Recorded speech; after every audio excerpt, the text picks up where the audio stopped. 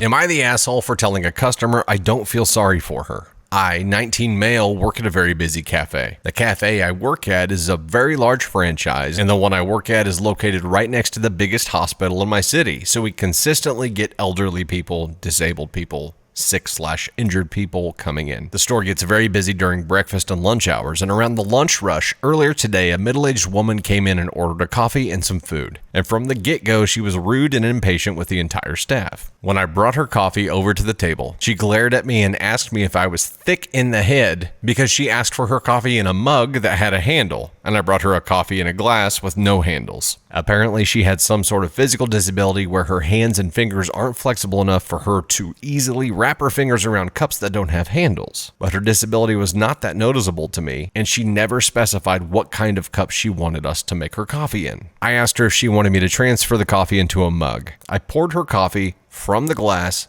to the mug and brought it back to the table. But she just started complaining that I had ruined the presentation of the coffee by pouring it into a new cup. I then asked her if she wanted the baristas to remake her coffee from scratch, to which she slammed the table and started screaming about how she's waited long enough for her original coffees, even though the wait was really only a couple of minutes. And she didn't want to wait for the coffees to be made a second time, to which point I started to get visibly annoyed and told her, "You can either drink the coffee that you have now, or wait for the baristas to make you a new one.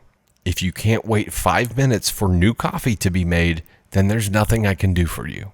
She then accused me of giving her attitude and having no respect for the elderly and disabled, and started rambling on about her life story and the struggles of being an old disabled woman, all the while I had a line of 10+ customers waiting on me to serve because I had to waste all this time catering to her demands and listening to her insults and complaints. I couldn't afford to waste any more time catering to her, so I just scoffed and said, "I'm sorry, but I don't care, and I don't feel sorry for you," and went back to serve at the counter. Nah, man, you're not the asshole for this. I do think you going through that at 19 is a very valuable life lesson, and either being a server or working in customer service or working in a coffee shop, which is kind of like being a server, working in service where you have to deal with difficult people is so important for young adults. There are all kinds of difficult personalities out there, and you're gonna bump into them throughout life.